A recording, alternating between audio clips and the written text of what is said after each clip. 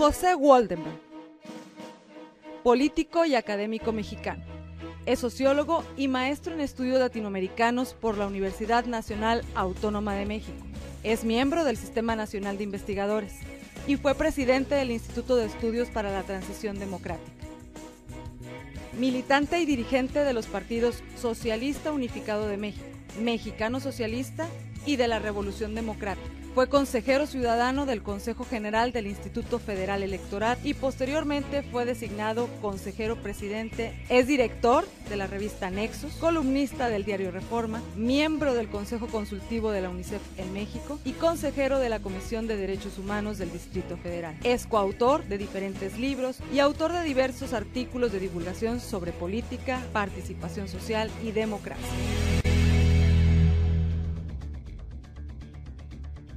En la emisión de hoy, la doctora Estela Gutiérrez Garza y el doctor Víctor Orozco entrevistarán a José Woldenberg sobre el tema comunicación política, medios y elecciones.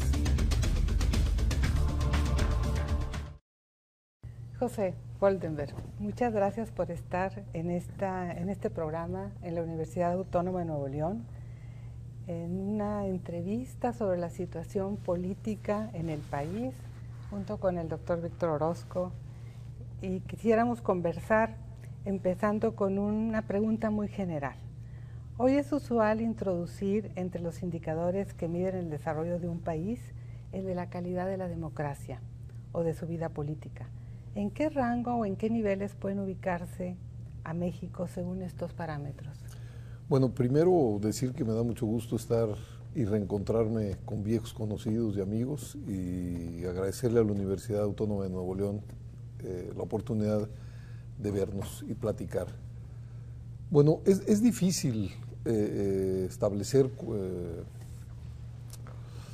dentro de una tipología las características de la democracia mexicana, pero creo que lo que sí podríamos decir es que entre fines de los años 70 y fines de los años 90, México fue capaz de desmontar un sistema autoritario y construir una germinal democracia.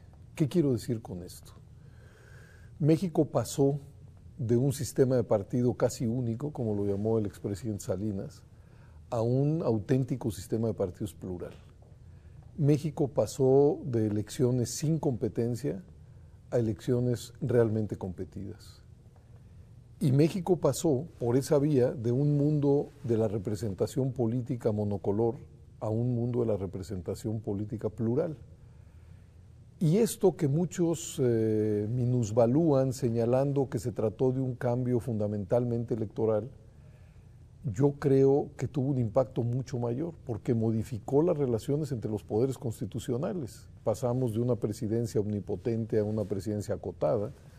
Pasamos de un Congreso básicamente subordinado a la voluntad presidencial a un Congreso con una vida y mecánica propia, e incluso la Corte, que en materia política pues tenía una muy escasa significación, a una Corte que hoy es un auténtico poder, incluso dirime diferencias entre poderes constitucionales y no solamente entre ellos. Entonces, creo que lo primero es el reconocimiento de ese tránsito, de ese cambio, que para mí es un cambio venturoso. Pero luego entramos al enorme tema que ponen sobre la mesa, es decir, ¿cuál es la calidad de nuestra democracia? Y ahí yo creo que tenemos que reconocer, si uno es optimista, que a lo mejor estamos en una fase germinal de la democracia. Y si uno es pesimista, pues que tenemos problemas muy profundos para lograr una consolidación en ese terreno. Y no quiero alargarme mucho, pero solo apuntaría. Yo creo que hay varias dimensiones o varios obstáculos que es necesario remontar para asentar un sistema democrático. En primer lugar, no porque sea el más importante, quizás sea el último, porque tenemos como sociedad, una incomprensión muy grande de la mecánica democrática. Y yo logro detectar algún hartazgo con lo que para mí son elementos venturosos de la democracia. Voy a tratar de explicarme. Si algo sucedió en estos años es que hoy habita en el mundo de la representación política una pluralidad equilibrada de fuerzas, donde ninguna de ellas puede hacer por sí sola su voluntad. y se ha vuelto, pues, por supuesto, más difícil sacar cualquier proyecto adelante. Hay que hablar, hay que negociar, porque nadie tiene los votos suficientes en el Congreso. Y mucha gente empieza a ver esto como una tara. Y no ha sido casual que el gobernador del Estado de México proponga la reintroducción de una cláusula de gobernabilidad, o que el presidente Calderón proponga que haya una segunda vuelta electoral de los candidatos a la presidencia que coincida con la primera vuelta legislativa, pues pensando en que los dos candidatos que quedaran al final arrastrarían votos, es decir, seguramente el perdedor neto de esa operación sería el tercer partido. Es decir, hay una especie de cansancio, de hartazgo, con lo que para mí es venturoso, que es este equilibrio de fuerzas. Entonces, ahí hay una esfera de incomprensión. Pero creo que los problemas más fuertes de nuestra democracia y el desencanto que de ella emana tiene que ver sobre todo con lo que sucede en la economía y en la sociedad, no tanto en la política. Esa es mi hipótesis. Llevamos muchos años de una economía que no crece con suficiencia, donde los empleos formales no crecen, donde la informalidad parece expansiva, donde muchos jóvenes no encuentran espacios ni en la esfera del trabajo ni en la esfera de la educación. Hemos vivido migraciones masivas y millonarias hacia los Estados Unidos. Es decir, hay un desencanto porque las condiciones de vida materiales de muchas y muchas gentes en nuestro país simple y sencillamente no mejoran. Y claro, cuando eso sucede, pues hay un hartazgo con la política, con los políticos, con el Parlamento, etcétera, etcétera. Yo me quedaría hasta ahí, creo que ya me alargué mucho. Bueno, en esa misma dirección que estás hablando, Pepe, esta alternancia política y esta terminación con el monocolor, como tú dices, en el gobierno, etcétera, es decir, la emergencia de otras fuerzas y la pluralidad, generaron muchas expectativas en el país, pero no solamente para cambiar la composición en el Congreso, el nuevo papel de los poderes constitucionales, sino se pensaba que esto iba a tener, como dicen los economistas, un efecto multiplicador, y se decía van a funcionar mejor las instituciones, va a producirse un combate efectivo contra la corrupción, va en general pues a haber una vida política mucho más sana, mucho más mejor, la representación política más auténtica, más genuina, en fin, y luego todo eso pues parece que no fue así, ¿no? O no fue así. ¿Cómo ves tú en todas esas expectativas que se generaron de los efectos positivos que se atribuían a esta renacer democrático? Sí, yo comparto lo que señalas. No solamente había esa percepción, sino que hubo una sobreventa de expectativas de lo que sería la democracia. Si hoy hiciéramos un recuento, por ejemplo, de los discursos de campaña del entonces candidato Vicente Fox, su tesis era que una vez que hubiera alternancia, prácticamente lo que venía era un futuro promisorio para México en todos los campos. Yo creo que se trataba en buena medida de un diagnóstico pues muy superficial de los enormes problemas que tiene México y al mismo tiempo de un resorte muy propio de las campañas políticas, que es sobrevender expectativas.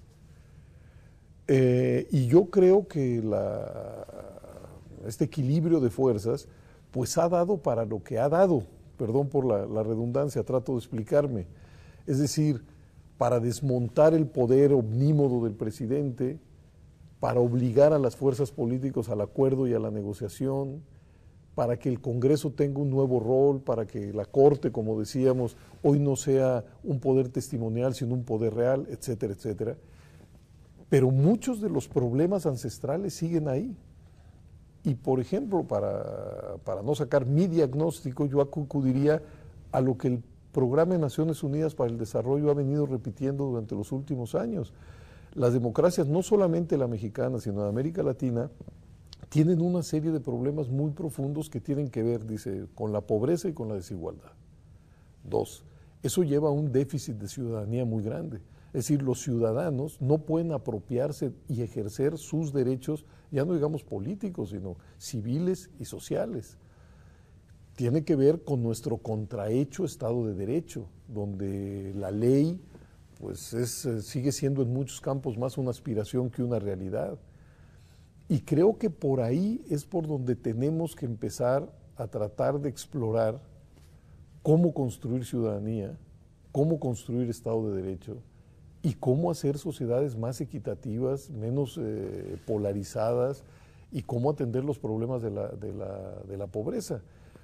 Porque yo diría, democracia y ciudadanía son las dos caras de una misma moneda. Y la democracia es más fuerte ahí donde los ciudadanos están organizados, hacen sentir su peso, sus agendas, sus aspiraciones, sus propuestas. Y la democracia es más débil ahí donde los déficits de ciudadanía son mayores. Creo que alguien que ha explorado esto, y desde mi punto de vista muy bien, es Guillermo O'Donnell, ¿no? Que llegó incluso a pensar que lo que estaba surgiendo en nuestro continente era un nuevo tipo de democracia, decía él, una democracia delegativa, donde la gente va, vota, lleva a alguien a la presidencia y luego espera que este presidente sea una especie de varita mágica o un sombrero de mago que sea capaz de resolver todos nuestros problemas. Y decía O'Donnell, y creo con razón, bueno, eso le resta densidad a la política, resta densidad a la democracia, y creamos, lo que él decía, pues un nuevo tipo de democracia, con baja participación y puentes de comunicación muy débiles entre las esferas de gobierno y las esferas donde transcurre la vida social. Pero yo comparto tu idea, es decir, muchas de las expectativas que despertó el cambio democrático a ojos de franjas muy importantes de los ciudadanos parece que han sido defraudadas, ¿no?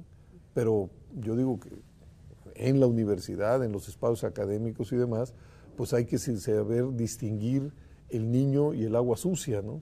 Yo sigo reivindicando que el cambio democratizador tiene mucho sentido, que hay que seguirlo apoyando, fortaleciendo, porque una sociedad como la mexicana, plural, contradictoria, compleja, pues simple y sencillamente ya no cabía bajo el manto de un solo partido político, y era necesario que esa diversidad encontrara referentes en el mundo de la política, y creo que eso lo cursamos más o menos bien. Ahora, falta todo lo demás, y todo lo demás es muchísimo, ¿no? Me gustaría que tocáramos entonces el asunto de los partidos políticos, que son una pieza clave en la democracia y sobre todo en México en esta transición hacia una democracia que queremos que madure. ¿Cuáles vendrían siendo las críticas sustanciales que se le pueden hacer a la actuación de los partidos en esta transición, en estos años? Y también una reflexión en torno a si es necesaria una reforma de los partidos. Sí, yo antes me gustaría decir, porque no me gustaría mimetizarme con esta ola que hay antipartidos, ¿no? Yo parto de la siguiente consideración. En México, los partidos políticos en plural, así en plural, fueron motor del cambio político, del cambio democratizador, y sin duda alguna usufructuarios de ese cambio. Es decir, fueron fuerzas que pusieron en acto las reformas, la creación de nuevas instituciones, y por supuesto han sido los enormes beneficiarios. Hoy habitan, han colonizado las instituciones estatales. En ese sentido creo que tuvieron una actuación virtuosa. Segundo, creo que si los partidos políticos no existieran, habría que crearlos. Es decir, que no hay democracia permanente sin partidos políticos. Esto porque ahora también está muy de moda deturpar a los partidos como si fueran criaturas prescindibles, y no lo son. Creo, como el viejo Duverger lo decía desde los años 50, que ahí donde hay elecciones surgen partidos, y que ahí donde hay congresos surgen partidos. Supongamos que el día de mañana llegaran 500 diputados, cada quien por su lado, que no se conocieran, la mecánica del Congreso iría generando partidos, porque aquellos que tienen diagnósticos, puntos de vista, intereses comunes, seguramente se van a agrupar. Y eso en buen español se llama partido, ¿no? Entonces, Ese sería, digamos, mi marco de partida. Los partidos fueron motor y usufructuarios del cambio, y además no hay democracia sin partidos políticos. Ahora, hay un enorme desencanto con los partidos. Eso, hombre, creo que uno lo puede apreciar hablando con los amigos, con los compañeros, con el taxista, con cualquiera. Y si hiciera falta, pues ahí están todas las encuestas de Latinobarómetro y las que hizo en su momento el IFE, la Secretaría de Gobernación. Sí, los partidos políticos no gozan de la confianza de franjas muy importantes de ciudadanos. Entonces, por supuesto que se requiere de una reforma de los mismos, que yo la sintetizaría en una frase. Los partidos tienen que tender puentes de comunicación eficientes con los ciudadanos del común y con las organizaciones intermedias entre los partidos y estos ciudadanos. Se enuncia fácil, se dice fácil, pero es una construcción muy complicada. Pero yo creo que por ahí hay una vía. Ahora, estamos viviendo una paradoja, digo yo. Hay un malestar enorme con los partidos, pero durante una etapa muy larga de este proceso de cambio, en cada elección aparecían nuevos partidos. Y sin embargo, el voto de nosotros los mexicanos sigue concentrándose en los tres grandes, PRI, PAN y PRD. Digo que es una paradoja, ¿no? Porque se supone que todo el mundo está distante, harto, alejado de los partidos, pero cuando hay que votar, esos tres partidos reciben el 90% de las adhesiones ciudadanas en las urnas. Entonces, hay ahí algo paradójico.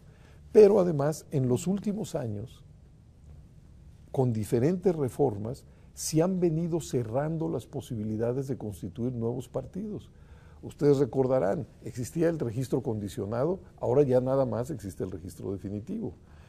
Cuando ya nada más existía el registro definitivo, todavía creo hasta 2003, se requería del 0.13% de afiliados en relación al padrón. Hacer 10 asambleas estatales o 100 distritales. Hoy se requiere del 0.26%, es decir, del doble de afiliados. Y en vez de hacer 10, se necesitan 20 asambleas estatales. Y en vez de hacer 100, ahora se necesitan 200 asambleas distritales. Y antes, cada vez que iba a haber una elección, se abría la puerta para que eventualmente hubiera nuevos partidos. Desde la reforma del 2007, ahora la puerta se abre cada 6 años. Esta es la primera elección, la del 2012, desde la de 1979, donde no existe la posibilidad legal del registro de una nueva opción partidista para que aparezca en las boletas en 2012.